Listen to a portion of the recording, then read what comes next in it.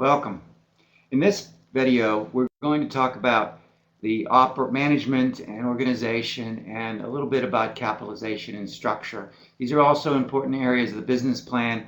We don't have to focus on them too much because it's pretty much capturing what your business is doing and the state of your business at a particular point in time. But that's what we'll go through, and that's what we'll talk about in this particular segment.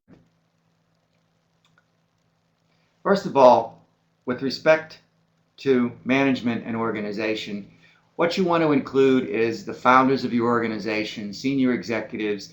You want to talk about what it is that their backgrounds are in summary. You tend to include more details like CVs and resumes in an appendix, but you do want to give a little bio of each person, why they're right for the job, why they have the skills that they need going forward, that sort of thing. The second thing you want to have is some information about the organization, an org chart, who you have. If you have vacancies, you want to include vacancies also as something that's in your that you describe what sorts of hiring that you need to be doing. And also you talk about your culture, vision, values, those sorts of things, personnel policies, hiring policies, anything else that you've thought through that you want to make sure that when you build your team, you build a solid team and that you have plans for pulling all of this together.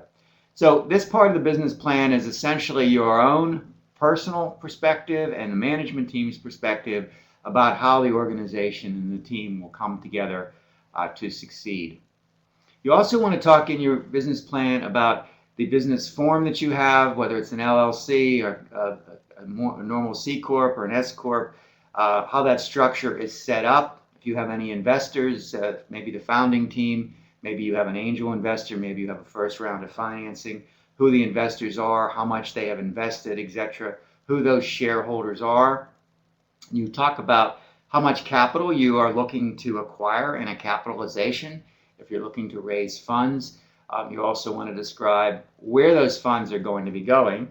In other words, what you're hoping to get. You're hoping to raise $500,000 in order to do some product development, and that money is going to go $400,000 to product development, maybe $200,000 to equipment. Product development in terms of contracts with design firms or whatever, and employee costs. Whatever the money, wherever the money is going to go, people tend to want to give you money for specific purposes, not just so that you have it in the bank. So this part of the business plan essentially talks about what the business is structured to look like and how the business will work, and is less forward-looking, other than how you're going to use your cash. So this part you could pull together relatively straightforwardly, but you want to make sure that it's completely crisp and clear about where your business is, how it's structured, who the owners are, and how any additional funds will be handled, the pricing, and how that money will be distributed and used.